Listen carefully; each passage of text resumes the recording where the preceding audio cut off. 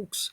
I wanted to drop by for a really quick update here and share the 3 day forecast for the next 3 days. Got a couple of really nice weather days coming up.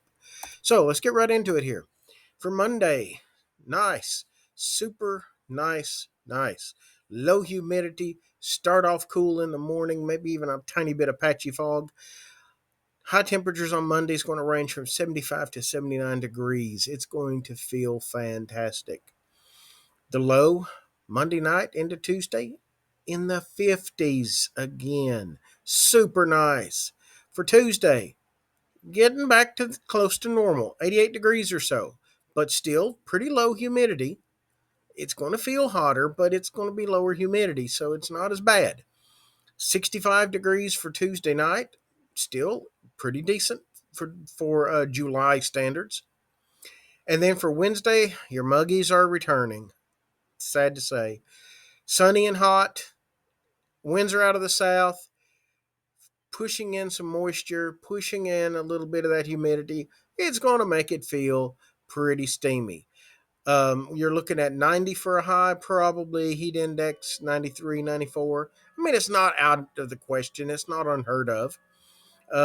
And still, here it is now. We're in July, so we should get 13 or 14 90-degree days. We'll see for sure how many that turns out in the end. But altogether, not a terrible forecast here for the first 3 days of the month of July. I wish we would have gotten a little bit more rain. Sadly, though, we didn't. Here at my house, at the old Lester plantation, we didn't get a whole lot. We got roughly half an inch of rain over the last couple of days. Still, things are pretty dry. Okay, so that's that. I wanted to also update you on Hurricane Beryl. Hurricane Beryl is now a major hurricane.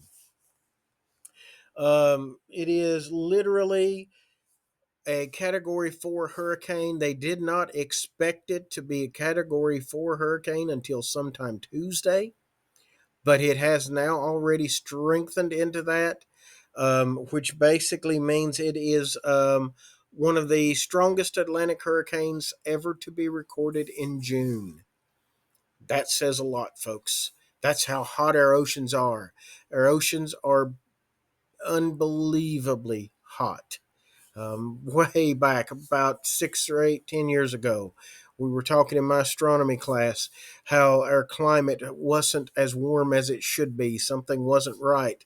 And we were talking about the sun being in a what's called solar minimum. Well, I said then, I wonder what'll happen when we hit solar max. And we knew we were about 10 years out at that point. And guess what? We are in solar max. So we're getting a lot of energy from the sun. Look at the number of auroras and all that kind of stuff that's happened recently. And all that energy is really feeding into warming up the oceans and warming up our atmosphere, along with climate change, has really kicked things up a notch. So these hurricanes are, once they start strengthening, they are going to strengthen very quickly. And Beryl is absolutely no exception. Beryl looks to be a major hurricane all through, down through the Bahamas and Jamaica and all this all the way up through here. Currently, the forecast track for it takes it through the Yucatan Peninsula. However, looking at the cone of uncertainty, it could go as far south as down near Guatemala, or the eye of it could go as far north as into the Gulf. We just don't know for sure. It's way too early to tell, but we've got all this week, 5 days to look at it and watch it and make predictions. Every day that it continues as a strong hurricane, it gives us more data. And we are learning more and more from it every day to help guide and figure out which way it's going to go. Yesterday or the other day, I shared the spaghetti plots. Here is the latest spaghetti plot. Notice how things are really tightening up, at least on this particular model. And it's taking it right across the Yucatan and maybe, from the looks of it, aiming it into Texas.